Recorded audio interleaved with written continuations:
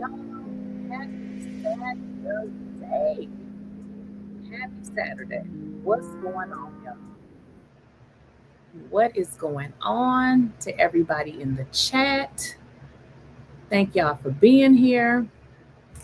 What are y'all up to this Saturday? Y'all haven't even been outside. I've been taking care of some stuff, and I wanted to jump on here because y'all, this Epstein situation is getting a little explosive. I don't even know if I want to say a little explosive.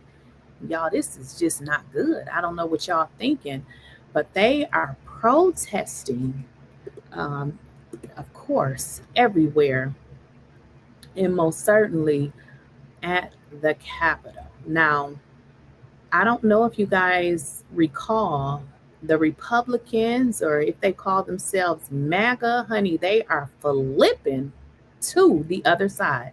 Now, we got some more emails for y'all. I said we're going to talk about this thing until we can't. We are not going to let old Dusty Donald Trump get out of this. Okay. Now, we got another email, y'all, that we want to get into. Now, Jeffrey Epstein's estate,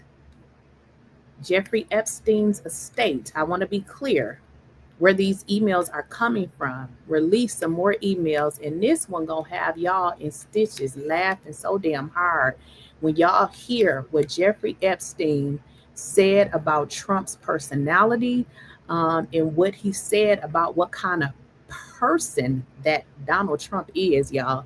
Woo, y'all, this is getting ugly. So a lot of Donald Trump supporters are saying, listen, we may have supported Donald Trump, but we ain't supporting no, what you put in the chat, GOP grand old P files. Exactly. We ain't supporting that, but let's get into it, y'all. New and incredibly revealing details about Jeffrey Epstein and his opinions of Donald Trump, someone that Epstein once called his closest friend for 10 years. The emails and text messages show that Epstein continued to be focused on Trump when he became president, questioning his sanity, psychoanalyzing him as someone who feels alone and might, quote, crack, even suggesting without explanation in one email, quote, I am the one able to take him down. Obviously, in the context of all of this, you want to know more there, but we don't have the context. The two men, of course, were once extremely close. Several associates of both of them have told us over the past year that they were the best of friends. 𝐟𝐨𝐫𝐿𝐾 of K-File is out front now with his new reporting. And Andrew, you actually went through, and it's a lot. You get document dump like this. Yeah. You can word search, which actually was not easy in these documents because they were scanned. I just want to address a few people in the chat. I know somebody said the text messages don't prove anything, or the emails. Right now, they prove that Donald Trump was best friends with a pedophile. I mean, if that's not enough, are you friends with people that mess around with kids? So it definitely proves that. I don't know what else it needs to prove. Is that not enough? But then you have to really try to read them. And you read through thousands of pages. What did you find? That's right, Erin. And after going through thousands of these newly released emails, there's a few things that quickly became clear to all of us. One is that Epstein kept bringing up Donald Trump long after Trump said their friendship had ended. His private comments about Trump were, for the most part, remarkably negative and harsh. And he sort of often cast himself as someone who understood the former president's mindset. Now, in messages in 2017 and 2018, he described him as, quote, effing crazy. You can see it right there, speculated he might have early dementia, called him a maniac, borderline insane. There was something where he compared him to a mob boss. There was something where somebody messaged him and said, Trump is truly stupid, to which he replied, duh. So, one of the emails that we found that was very interesting was this one to Treasury Secretary Larry Summers, in which Epstein harshly described Trump, writing, quote, I have met some very bad people, none as bad as Trump, not one decent cell in his body. So yes, dangerous. Another we found seemingly. Wait, we got to leave. I have met some very bad people. Let's leave that up there for the people in the back. Okay, let's read this. Now, this is Jeffrey Epstein having a conversation with somebody else about none other than Trump. Okay, now this is what Jeffrey Epstein said about Trump's personality, which is so crazy because is this not what we are seeing today? He said, Jeffrey Epstein said this about his friend, honey, because y'all know they were friends, okay? He said, I have met some very bad people, none as bad as Trump, not one decent cell in his body. So, yes, he's dangerous. So, this is one of Donald Trump's friends that's saying that he is a piece of shit. People, none as bad as Trump, not one decent cell in his body. So yes, dangerous. Another we found seemingly mocked Trump. It was a 2019 exchange in which a contact wrote, just met your friend POTUS. And he responded back, see if you still have your wallet. Now, look at that. So Epstein really don't have anything nice to say about Trump when somebody replied, which they didn't tell us who the person was. I guess we don't need to know who that person is. They simply said, just met your friend, POTUS, President of the United States. And Epstein's reply was, see if you still have your wallet. So he's pretty much saying that Trump is a scam artist, which we already knew, right? And this one where he discusses his view of how Trump was handling the Russia investigation, Epstein wrote, your world does not understand how dumb he really is. He will blame everyone around him for the bad results. Now this one, y'all, we gonna leave this one up here because y'all, is this not what we're seeing? He says, your world does not understand how dumb he really is. He will blame everyone around him for bad results. Mic drop. I mean, is that not what this man is currently doing? He done blamed Obama. He done blamed the Democrats. He done blamed Joe Biden. He blames everyone but himself. Everybody but himself. So this guy, Jeffrey Epstein, he definitely knew Trump and exactly who he was. He said he blames everybody but himself. Wrote, your world does not understand how dumb he really is. He will blame everyone around him for the bad results. I mean, it's really incredible when you go through this, right? And you realize how, these files, how, as Garcia was just talking about, right? Mm-hmm. Just the frequency with which Trump's name was mentioned. He was the subject.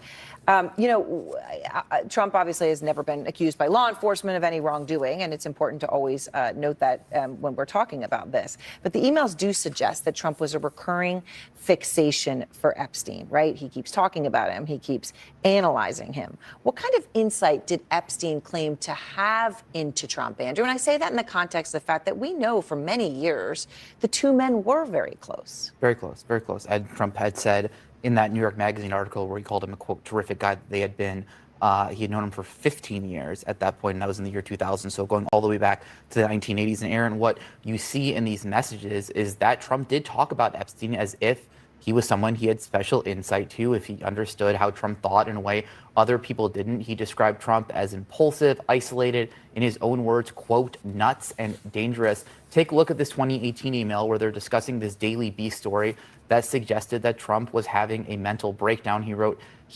wait a minute, y'all. Trump was having a mental breakdown then. He has a mental breakdown every day on Twitter or Truth with all of these crazy rants. Jeffrey Epstein said he feels alone and is nuts. So he's basically saying that this man feels as if he's by himself and he's a nutcase.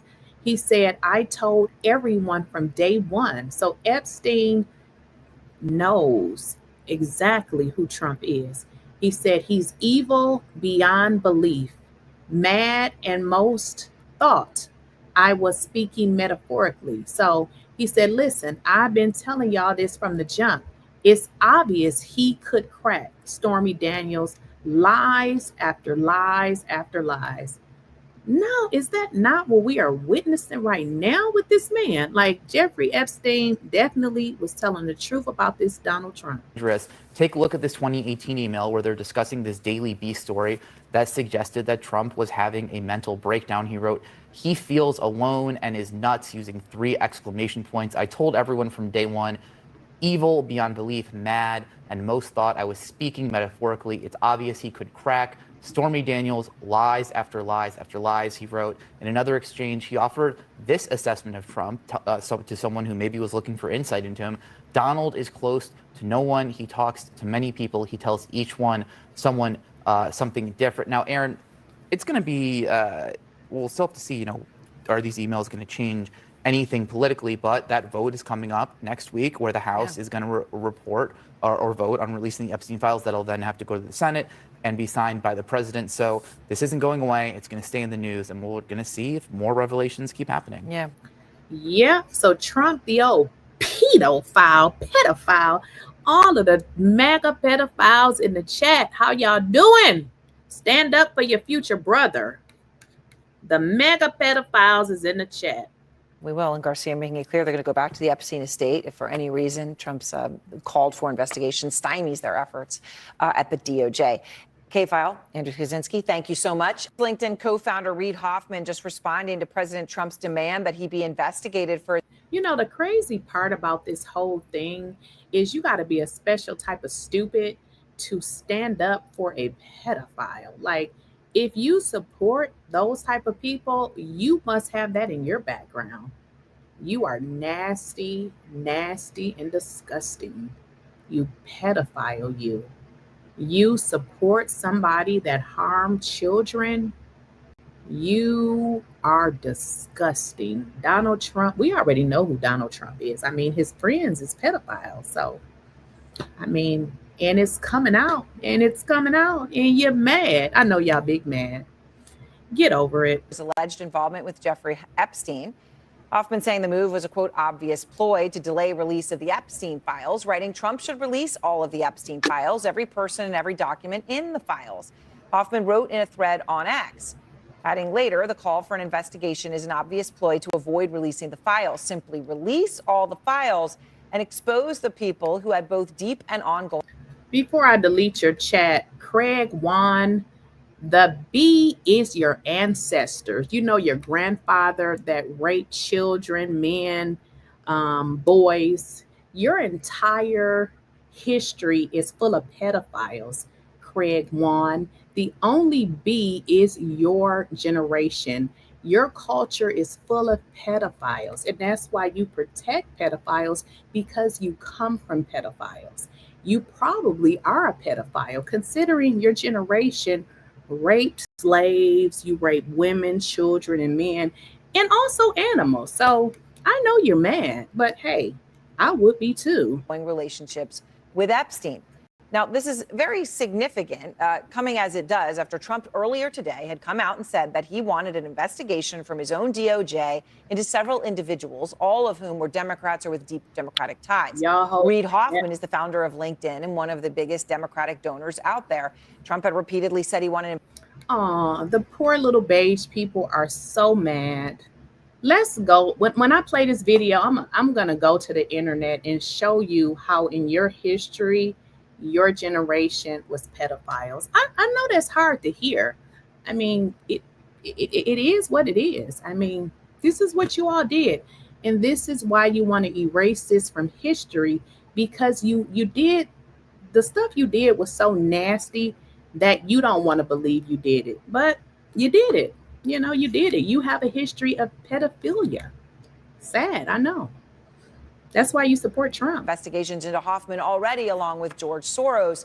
Trump also mentioning Larry Summers and J.P. Morgan, as well as Bill Clinton in his list. Pam Bondi immediately acquiesced and said she would do the investigation. Kristen Holmes is back with us. But Kristen, you hear Reid Hoffman coming out, posting this online with his response, and Trump now answering questions on the Epstein emails, right? This big treasure trove that came out in the past 24 hours or 48 hours, thousands of pages. His name is in them, all over them. Congressman Garcia just said his name is in them more than anyone else's. But let me just tell y'all this. They get mad when the truth come out. Let me just tell y'all this. This is really not solely about Trump, although we know Trump is a pedophile. We know that. Trump was accused and found guilty of R-ing a 13-year-old girl that said that Trump did it to her, and so did Epstein. So we know he a pedophile just because of that case. Now, here's the deal. The reason why they don't want to release that list is because y'all know who's on the list. It's not only Trump. I mean, we're seeing Trump in the emails, but a whole bunch of old white men. And you know how you try to protect those old white men, them nasty old white men. So that is why this list is so private, because they don't want to tell the world that they're pedophiles in their old rich white men. I know y'all mad, but it's the truth. I mean, it's the truth. Did you guys hear about the Abercrombie and Fitch CEO? You probably didn't hear anything, but if you go to Google and type it in, this man is free on bond. You have not heard anything about the case, and he has a history of messing with girls and boys. So let me tell you what they said he was doing. He was making them think that he was coming in for like a modeling thing, and he was sex trafficking them. Now, this is another old rich white man. So the reason why this list is not coming out, because they don't want you all to know. Now, if it was black men on there, y'all know that list would have been out, but they try to protect the pedos because they're old, raggedy white men. I know y'all mad. That Trump mentioned. So what is Trump saying now? Well, President Trump has been answering questions about all of this, essentially saying that he believes that they need to, they being the Department of Justice, uncover all of the different relationships between Epstein and these various individuals. Obviously, Reid Hoffman, one of them, Larry Summers, one of them, Bill Clinton. I do think we just need to make it very clear that these investigations have already happened, not necessarily just into these individuals, but into Epstein as a whole, and ties that he had to a lot of prominent people. And these investigations that actually happened in the Southern District of New York found that they couldn't charge anyone else. And of course, this goes to the whole thing that we have been discussing, which is, how can you say that this is a hoax, but then call for an investigation into a hoax? Now, I do want to note one other thing, Aaron, because we have been talking about this extensively, and just a reminder, I asked Carolyn Levitt about this in particular, and she said she'd get back to me, and we never did, which was about this MRI that President Trump said that he had. Now, I know this is a separate topic, but I do think it's really important because we've been covering it so closely, and we've never gotten answers from the White House on this. Essentially, he says that he doesn't know why he got an MRI. He was asked about it again, and then said that it was part of a routine checkup. Well, part of the reason that we've been pushing for answers on this MRI is because an MRI is not part of a routine checkup in general. And so now he's saying it was part of that kind of routine checkup, that he doesn't know why he got it. But again, this doesn't really give us the answers that we have been asking for when it comes to President Trump's health. And just a reminder, and President Trump himself said, ask the doctors. Of course, we've reached out to the doctors. They're not going to answer us. They haven't.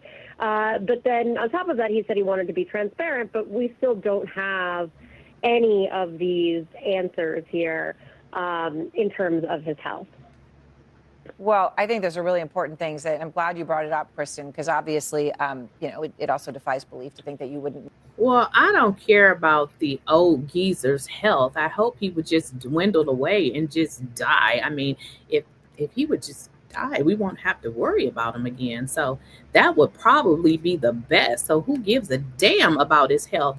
But you guys should know by now that him and Marjorie Taylor Greene is squabbling. Yes, they are fighting because Marjorie is feeling some kind of way about pretty much supporting the old pedo herself. So what did Marjorie Taylor Greene have to say about Donald Trump?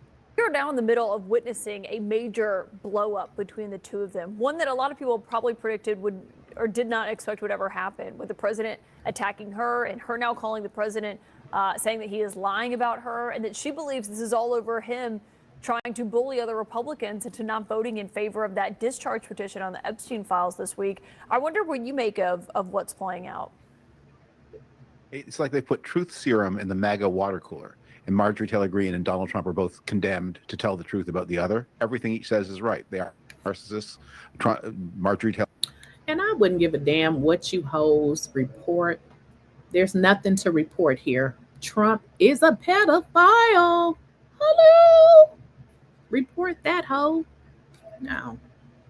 Taylor Greene is right that Donald Trump has no domestic agenda except to harm ordinary people, and Donald Trump is right that Marjorie Taylor Greene is crazy. So it's useful information all around. But what I worry most about this and the Epstein files and all the things that Trump has tried to keep control of, escaping his control, is he has one big distraction in his hand, and I fear he may be about to deploy it. Look at all the pedophiles in the chat. Pedophiles, this is not the video for you. We do not support pedophilia over here. This is not the channel for it. We don't support it. We don't condone it. So you have to go to another channel. Whenever a child says that they have been harmed by somebody, they are telling the truth. So a 13-year-old, well, she's a grown-up now. She sued Donald Trump, and she said that he a'd her when she was 13 years old. That makes him a pedophile. So if you're mad, I don't give a damn. Okay, pedophiles, get out this chat. You're in the wrong chat. We're seeing in the Caribbean right now the largest buildup of U.S. naval forces in the region since the Cuban Missile Crisis. There's no plan. There's no authorization by Congress. There are no regional partners. It is not a war that should be fought in this way at this time. But one thing it would do is change the subject. So you're worried that he could take. Right. They say I'm going to report you. There's nothing to report. Dummy, pedophile, pedophile, pedophile. You are protecting a pedophile. And you should probably leave here. I mean, and stop saying you're racist. I mean, I wouldn't give a damn if you said I was racist or not. I don't care. I mean, I am Black. So you have to know that I support Black people. Dummies. You are dumb. Take action on a foreign policy move to distract from what's happening in Washington. Yeah, I think that explains a lot of his foreign policy operations, but the forces are there. They've been pulled away from other theaters where they might be needed. They're building up to something. Again, they have no authorization. They have no allies. They have no goals. But boy, would it change the subject. And boy, does Donald Trump right now need a subject change. Yeah, and we've seen what's been playing out. Obviously, the president was saying tonight he didn't know if he'd take that step. He wasn't sure. We know he's been briefed on options there. But on this, in and of itself, do you think that is the reason he's criticizing Marjorie Taylor Greene, though, is because he doesn't want other Republicans coming out in what, we've told could be a huge snowball effect next week when Speaker Mike Johnson actually puts this on the floor, that a lot of Republicans could end up bucking the White House and voting for this? I think he genuinely can't help himself. I don't know that Donald Trump has fully formed strategic plans. He has a lot of impulses. He's also testing the old magic. After one of the things that has happened after the elections in New Jersey and Virginia and elsewhere, and Georgia maybe most significantly, because there was an all-state race that Republican candidates lost, is a lot of Republicans have to be thinking, what about my future? I used to think the greatest hazard to my future might be that Donald Trump would criticize me, but maybe actually now he can't help me and might even hurt me. And that's a little bit of discipline lost. And Marjorie Taylor Greene may be the test case where a lot of less inflammatory Republicans are saying, if she gets away with this, we can all get away with it. Yeah, and she's obviously someone who has been a huge advocate of his and very loyal to the president, especially after January 6th when everything happened. And obviously, no one can forget. Wait a minute. I got to just say this comment. I got to put it on here. You say, why is all the white people crying? Because they can't handle the truth. Us beautiful Black people, we are put together wonderfully.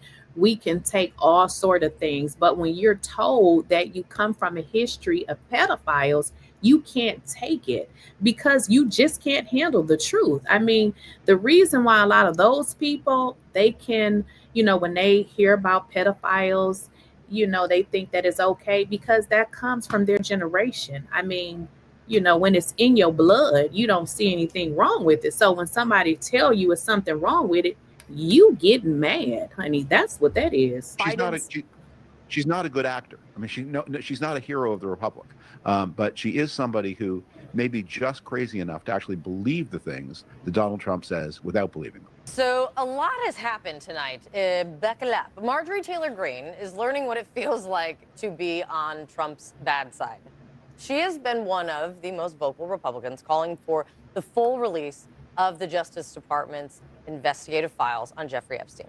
And now President Trump tonight is unendorsing. He is withdrawing his endorsement of Marjorie Taylor Greene and writing on Truth Social that all I see wacky Marjorie do is complain, complain, complain. And then he added that I can't take a ranting lunatic's call every day. There was a lot there. So you can go and then talk about a lot. Then MTG fired back with screenshots of text messages that she claims where she claims that Trump is lying and that she did not call him, also saying that it is astonishing, really, how hard he is fighting to stop the Epstein files from coming out. Okay, I just want to answer something because y'all know I'm going to get these hoes together in this chat. That's like saying all black people are on EBT. Let me just explain to you something, sweetheart. We know that the majority of white people are on EBT. And the statistics are there. You motherfuckers have lied your entire life, making it seem like black people are on EBT when the statistic recently showed that you motherfuckers are on EBT. I mean, you don't even have to have common sense to figure that out. We are the minority.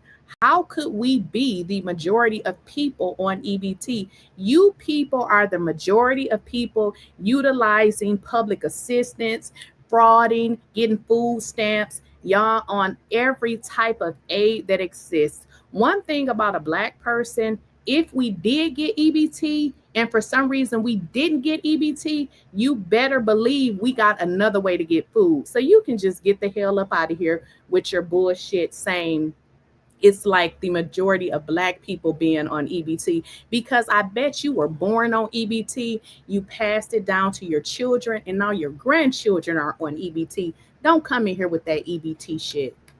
Don't come in here with that. She argued that she has been one of Trump's strongest supporters, but that she doesn't, quote, worship or serve Donald Trump. On top of unendorsing, he actually said that he would support anyone who would be primarying her in the upcoming election. Who wants to take this one on? Well, I can tell you that is not unusual in politics. Political romances are often short-lived. And she has been critical of him not only about the Epstein files, but about his involvement in foreign affairs. And I don't mean with women. I mean in various parts of the world. And, you said it, no. just to clear the table on that one. And so it's not surprising that they have had a breakup of sorts after all. He didn't give her a ring. He just supported her for a little while. Listen, this fire is spreading. I mean, right, it started off talking about Epstein in the beginning.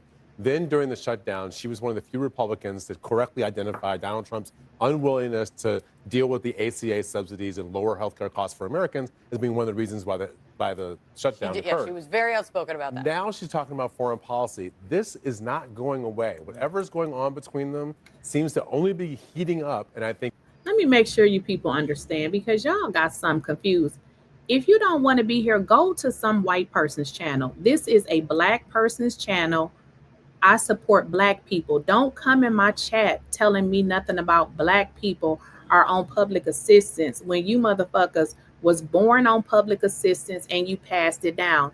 I said that white people are pedophiles because I meant it. And if you would go to Google, you can Google how slaves was raped. Who do you think raped them, you idiot?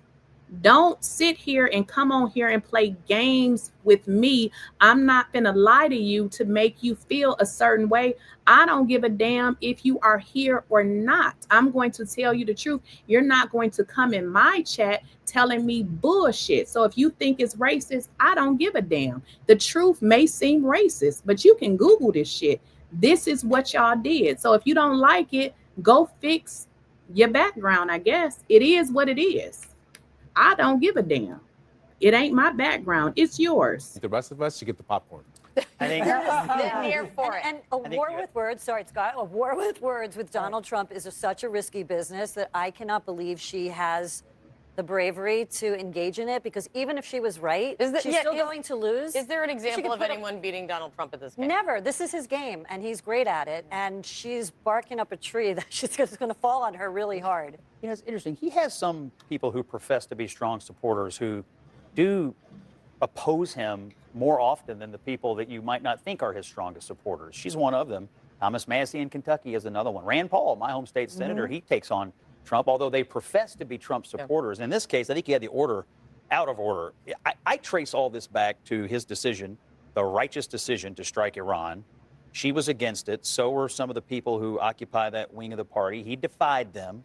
And since that time, they all seem to be stridently picking at him on this issue or that. And then, of course, everybody knows in Washington, Miles, you know, the fastest way to get in front of a television camera if you're a Republican is to come out and crap on Donald Trump. And so that is what she is doing. But you know, Scott, that is what she is doing because I trace it back further than that, Scott. Over these issues. They are, and I enjoy cussing them the F out. So, you know, if they want to come in here talking they shit, because it's something called white trash. And if you come in here with that, you can be white trash, okay? I don't care what you idiots say. I said what I said. If you don't like it, get the fuck out of here. And it's that on that. I said what I said. If you don't like it, get the fuck stepping. And that's what happened. Scott, I trace it further back than that. I trace it back to 10 years ago when you said Donald Trump was an authoritarian. And you know what, Scott, I've got to hand it to you. That was a remarkable forecast. Because 10 years later, I think you called it. Here's Donald Trump today, the man with the heart and soul of a fascist, showing us he now has the bona fides. By tonight, ordering investigations into American citizens. That's why members of his party, that's why members of his Why are you so upset he's running the executive branch? For the same reasons you predicted he shouldn't. For the same reasons, Scott, you said he violated his oath and he should never be back in that office. I happily voted That's for why him. I'm upset for the man being in the Oval Office. I happily voted for him 3 times. I know that. The alternative was terrible. And a lot of your friends were shocked. Yeah, well, a lot of my friends would have been shocked at you trying to subvert the elected president of the United States, which you did. Well, I proudly did. I proudly some said mid-level to the staffer country substituting his who judgment this for the man elected was. president of the United States. Well, Good Scott, luck, I would have brother. loved to have seen you stand up to it. Good luck. Back to MTG. Is it the sign of a changing tide? Is it the sign, or is it a singular one back and forth between one Republican who is getting into a fight with Donald Trump? Or do you think there is a possibility that it is the beginnings of Republicans seeing past the Donald Trump era? The short answer is that we don't know. Because you've got like Thomas Massie saying exactly that. Like your vote on this discharge petition is going to outlast Donald Trump's time here. So you need to consider that when you make your decision. But if we keep paying attention, what we see is that last week the president got his clock clean in an election. All the Republicans got their clock clean in an election. This week we see what's happening with the Epstein files. So next week we're going to see them take a vote. And if we see a bunch of Republicans defect on the Epstein files, I think what we're seeing is the real testing of the waters to find out whether or not you can oppose Donald Trump and still get elected. When we talk about Marjorie Taylor Greene, the one thing we haven't talked about yet is her fundraising prowess. And according to sources, she is the most popular fundraiser in the Republican Party other than Donald Trump. This prediction about no one's going to care about this. I was asking it a question. I wasn't predicting. No, you said people were somebody said that this was going to outlive. Tom Massie. And the prediction that this was going to outlive. I totally disagree with that. I think right now more. Okay, y'all, let's switch gears and see what's going on with these damn emails. Because, you know, a few more have come out. Let's kind of go over that and how the Trump administration is running from them damn emails. Donald Trump can't escape as he caps the worst start to a month of his second term. From the Dem wins to the Epstein email explosion this week, he is having a tough November. These new Epstein emails have upended the White House. And they're only getting worse because it takes time, even in our rapid information environment, for journalists and politicos and any citizen who wants to look and go through these 20,000 emails. All of this started when Democrats used their power to push the envelope and release some of the emails, the ones they said showed why Trump is hiding, as they demand a vote to release them all. Republicans got mad, remember, in the week and said, oh, well, we'll release more. And so what started with 3 emails turned to 20,000. Tonight, I have more details on how it's all going. because this is a vast tranche of documents, of emails, that many people clearly, from the way they were typing to Epstein, thought would stay secret forever. Epstein made the biggest news, perhaps, from the grave, so to speak, with his now unearthed statement. Of course, he knew about the girls. Epstein said, of course, he knew about the girls. Now, a lot of people saying, what does this prove? It proves that this man, Donald Trump, he knew of what was going on. Like, he knew of it. What Epstein said in an email to somebody else is that Trump was actually with one of these victims. So, I mean, these emails are proving a lot. And people want Donald Trump out of the White House. We have a pedo in the White House. Statement to Maxwell, a sex trafficker convicted and in prison right now, that, of course, Trump knew about the girls. Donald Trump has denied any wrongdoing and has very specifically tried to deny that he knew what Epstein was exactly up to, although the Trump story on that has changed, and that is getting new scrutiny right now. There is also how the Trump DOJ has dealt with Maxwell and her controversial interview with a former Trump defense lawyer who now is paid by your tax dollars to do a people's business at the Trump DOJ. But it looks like Deputy Attorney General Todd Blanche may not have been doing the people's business. We'll get to that. But in this exchange from 2011, Epstein wrote to Maxwell, Trump was spending, quote, hours at his house with one of the victims. Okay. All of you weirdos in the chat that said, well, what does the emails prove? They even blew it up for you slow ass people. It says Trump was with a victim and they spent hours at my house. Do you guys not know how to read? Does this not prove that Trump was in on what Epstein was in on? I know y'all slow, and some of you trolls in the chat are pedos yourself, so you protect pedophiles, okay? I figured that out. But it says right here that Trump was with a victim and that Trump spent hours at his house with a victim. Y'all do know how to read, don't you? Victim. We even have it highlighted in black. That means victim. Mega pedophiles. Maxwell said she's been thinking about that, as they said that Trump was a dog that didn't bark. That matters for many reasons, but specifically whether Deputy Attorney General Blanche is worried about later professional sanctions or misconduct or even potentially being disbarred if this is part of a larger cover-up. It obviously contradicts what Maxwell apparently falsely claimed with no repercussions yet when she had her cozy interview with Deputy Attorney General Blanche just months ago. I think they were friendly, like people are in social settings. I don't think they were close friends, or I certainly never witnessed the president in any of, I don't recall ever seeing him in his house, for instance. Something she suddenly says she didn't recall when the emails say she did. If the Trump DOJ were on the level, and this is now public. Okay, did you slow people in the chat follow that? Let me break that shit down for you because I know you're slow. So when 𝐬𝐮𝐬𝐫𝐞 was just emailed by the DOJ, y'all know how Trump fixed that shit up and moved this lady to a very nice prison. I don't know what a very nice prison is, but where she is supposed to be better than she was. Well, she sat down, and at that time she acted like she didn't know shit. But they're now going back to those emails that she emailed years ago, which said she actually did know something. So does that make any sense to y'all?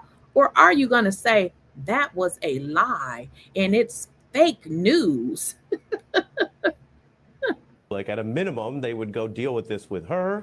At a maximum, remember, even when you're in prison, if you mislead the federal government, if you provide false statements to a federal officer, that could be a new crime.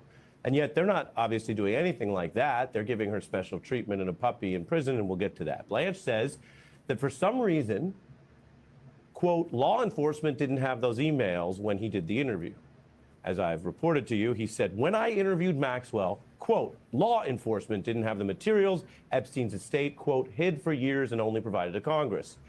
That statement is highly suspicious, and it is now getting debunked by the Epstein estate, which says we hadn't received any requests from DOJ in recent years, emphasis on recent years, I'll come back to that, but they say, and these are the ones who have been lately more transparent, of course, working for the Epstein estate sounds controversial, but Epstein's dead. These are the people who manage the estate. These are lawyers who have their own obligations. They are the ones who provided these emails. So they might have more credibility than Mr. Blanche right now. And they say tonight it's inaccurate for Blanche and Trump DOJ to assert the estate has hidden anything.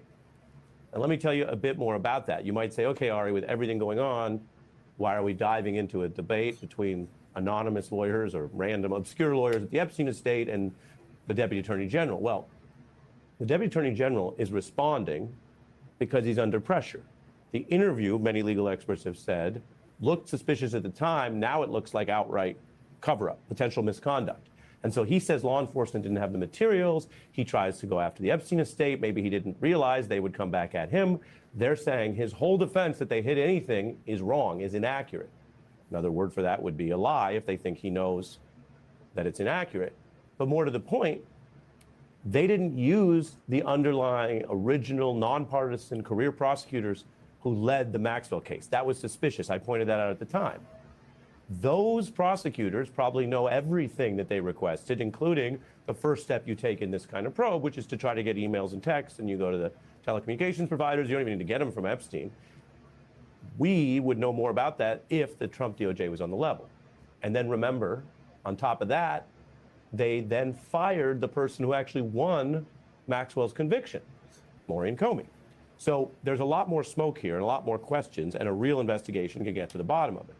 Now, you might say, are we going to get to the bottom of anything? Seems like a lot of secrecy and a lot of corruption these days. Well, you're right if you think that. And there are a lot of places where Congress doesn't do anything, and a lot of places where Republicans won't stand up to Donald Trump. That is a well-known pattern. And yet here we are ending this bruising week for Trump with an unusual headline. Republicans revolting. Congress, which is controlled by Republicans, will actually hold this vote next week on releasing more of the Epstein files. Epstein accusers imploring lawmakers to vote yes. That's part of the public pressure. They write, there's no hiding behind party affiliation. When you vote, we will remember your decision at the ballot box. And there has certainly been a nonpartisan or transpartisan movement with growing heat to get to the bottom of this. Trump is trying to deflect. He made an announcement today that itself is illicit and suspicious. He now says he wants the DOJ to investigate whether there were other crimes or Epstein's relationship with Bill Clinton and other figures, and he names the bank, J.P. Morgan, tech entrepreneur Reid Hoffman, and others. Now just think about that. I know we live in cynical times, but if this government, from the president on down, thinks there was sex trafficking with any of those people, or J.P. Morgan, which of course was very controversial in how it handled Epstein's banking. Just think about what Trump just admitted, that they haven't really pursued that. This is his DOJ. He was in charge in the first term. They could have looked at all of that. That's when the initial Epstein case came. He's been in charge now, as you know, for this year. And yet, that announcement, if you take it at its word, admits they haven't done it, and there may be crimes, and now they want to do it. That implicates Donald Trump, if you take him at his word. If you don't take him at his word, and you think this is a giant distraction, an effort to use the real crimes and victims and sex trafficking that did occur in a politicized way to go after other people and distract from himself, well, that's even more disgusting and cynical. And if you know this program, I don't use those words often or lightly, but it is indeed disgusting. If you have an oath to uphold the Constitution and enforce the laws, and here you are abusing and misusing that responsibility to play political games, and your pawns or chess pieces in that are the women and girls who actually were the victims of these crimes, we do need to maintain our capacity both for outrage when it's warranted and a vigorous search for the truth, which is what the justice system is supposed to do. This is how it goes when Trump talks to reporters about this. Mr. President, can you respond to these Epstein emails that were released today? President Trump walked past reporters yesterday, as you see here, as they were asking him questions about the newly released Epstein emails. Mr. President, any comment on these Epstein emails, sir? No comment. Now, not a lot of response from a normally voluble figure there. The conservative Wall Street Journal, owned by Rupert Murdoch, says, as is so often the case, Trump has been his own worst enemy here. He looks like he has something to hide, even if he doesn't. Now, let me tell you a word about that even if. Even if he doesn't have something to hide is charitable. But he does have something to hide. He's in the Epstein files. He's in Epstein's secret emails to a convicted sex trafficker, Maxwell, to Steve Bannon. People are getting more details on those as everyone pours through what is 20,000 documents. Some of them are quite interesting. Some of them are random. Some of them, the House release involves public information like pages from a book. So you go through all this in the reporting process. But he clearly has something to hide because he's been fighting even this disclosure, which shows he's in the files. And he's fighting the next possible disclosure, which suggests he's in the files again. As for Maxwell, she has the audacity or the sex trafficking chutzpah to use this period to prepare to ask Trump to let her out of prison. Something that would seem unthinkable unless you think, again, he would rather take the hit for that to maintain her as some sort of non-credible source to defend him. Unlike other prisoners, Maxwell already reportedly gets unlimited supplies, special treatment, quote, customized meals personally delivered to her cell, a private exercise area, access to this much maligned service puppy. She says it's safer and more comfortable. I feel like I've dropped through Alice in Wonderland looking glass. I'm much happier and safe, is her statement on the matter. Trump said he would not rule out freeing her. Think about that. He's on the run. He's in the files. And now, having campaigned on both transparency of releasing the files and justice and saying this whole pedophilia ring was a bad thing, he is now still leaving the door open to freeing from prison the only individual ever incarcerated for Epstein's related crimes. Now, we've heard so many lectures about how nothing changes and Trump has loyalty and he likes to tell people he could shoot someone on Fifth Avenue and get away with it. Well, that may not be true either. There are some problems, legal and otherwise, that Trump's base has excused. But right now, I showed you the Wall Street Journal. I showed you the Republicans in the House who overrode Trump's strategy here of secrecy. And other members of the MAGA base are upset. Newsweek reports on the threat to the Trump presidency now looks unlike anything we've seen before. And over across the whole country, his approval is cratering, MAGA loyalists concerned. Well, that's good because, like I said, I don't know who could support somebody like this. This dude is guilty. He's guilty. He's guilty. He's guilty. And from what I see, this shit is, they are, stuff is coming out with regards to corruption in his cabinet because these folks is corrupt. Today, ProPublica published quite a scoop about Trump DHS Secretary Kristi Noem that in any other era, I should say, would be a career-ending scandal. But to understand the pattern of corruption of this woman, we just have to zoom out just a little bit, just for a moment. Because since Noem took over DHS at the beginning of the year, she's become known for appearing to be more obsessed with putting on various costumes than doing her actual job. I mean, she donned a bulletproof vest just to talk to her own agents. She wore a Customs and Border Patrol uniform on Fox News. And of course, she is constantly, and I mean constantly, throwing on a cowboy hat and riding horses, always with plenty of cameras around to capture the moment.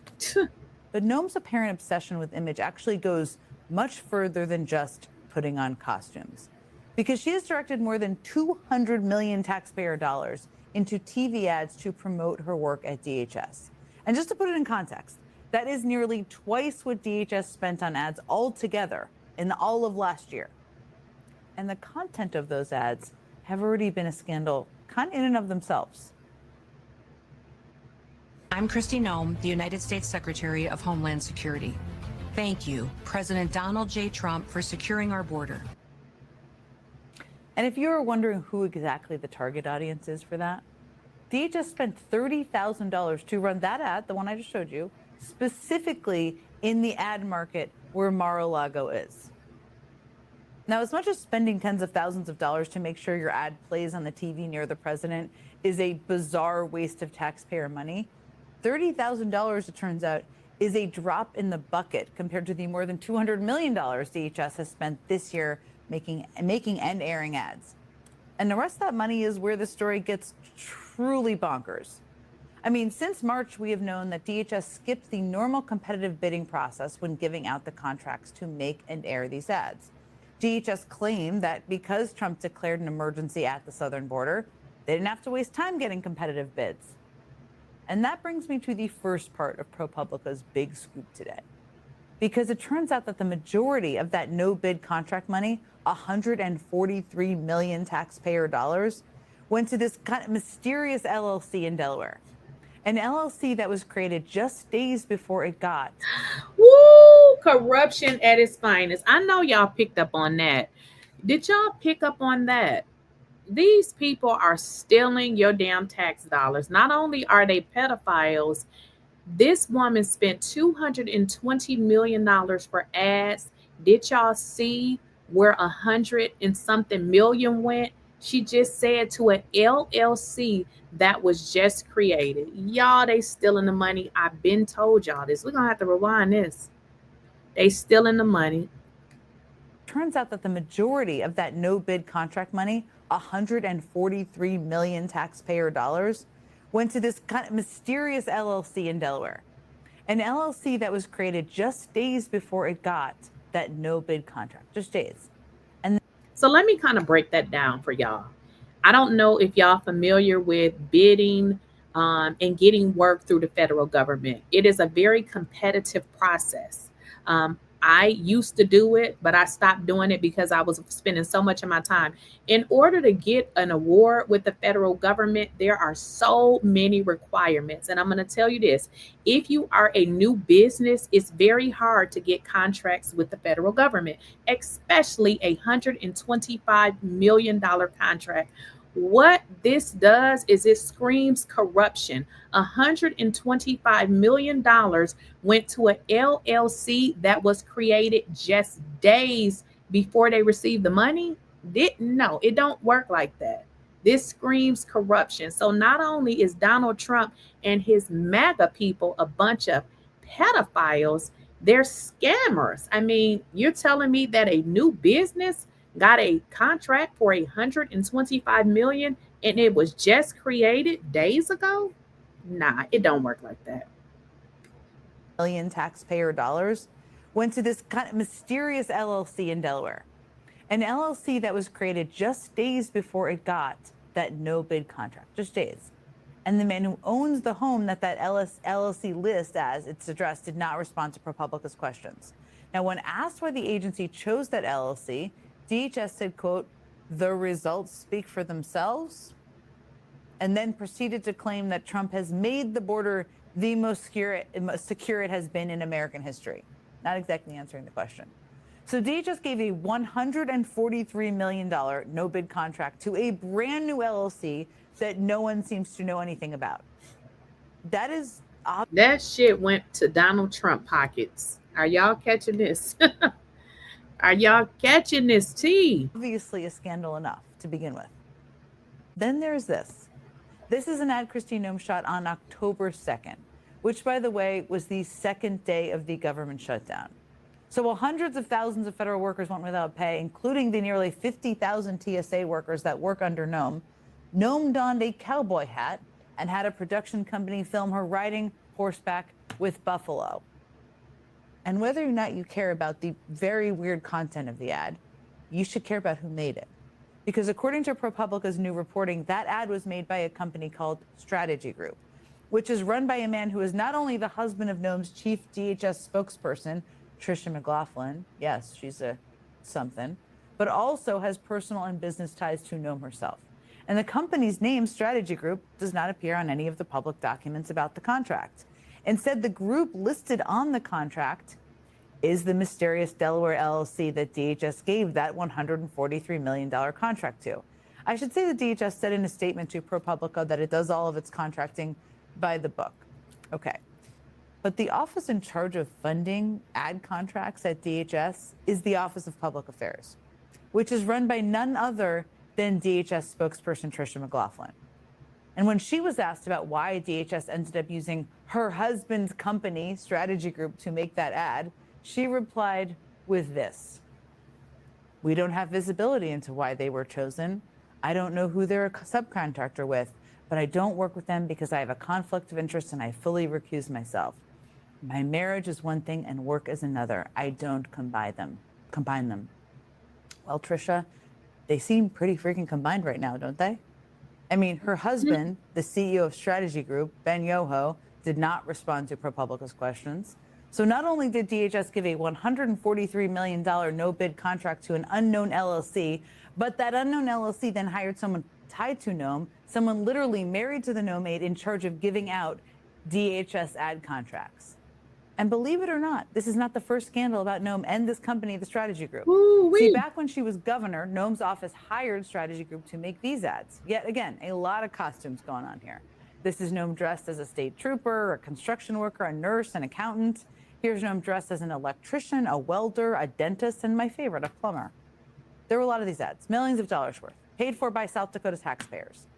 Those ads were the result of a bidding process, and the state says the process was done by the book.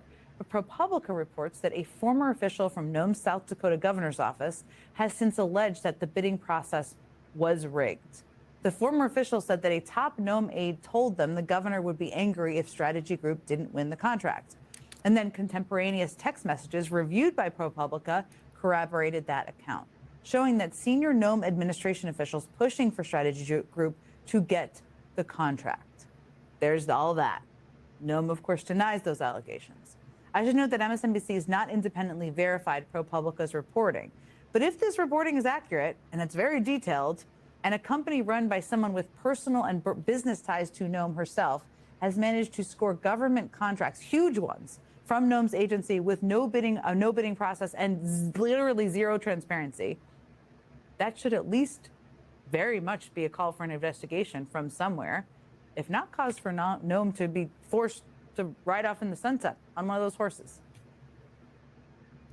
Well, y'all, this is a lot. This is what the hell world are we living in here? So I hope y'all got that. Now, $100 and something million being awarded to a company that did not basically go through the bidding process, and now they're finding out that that particular company is tied to this woman's husband's business. Ooh-wee. Y'all, this is a mess. This is a mess right here.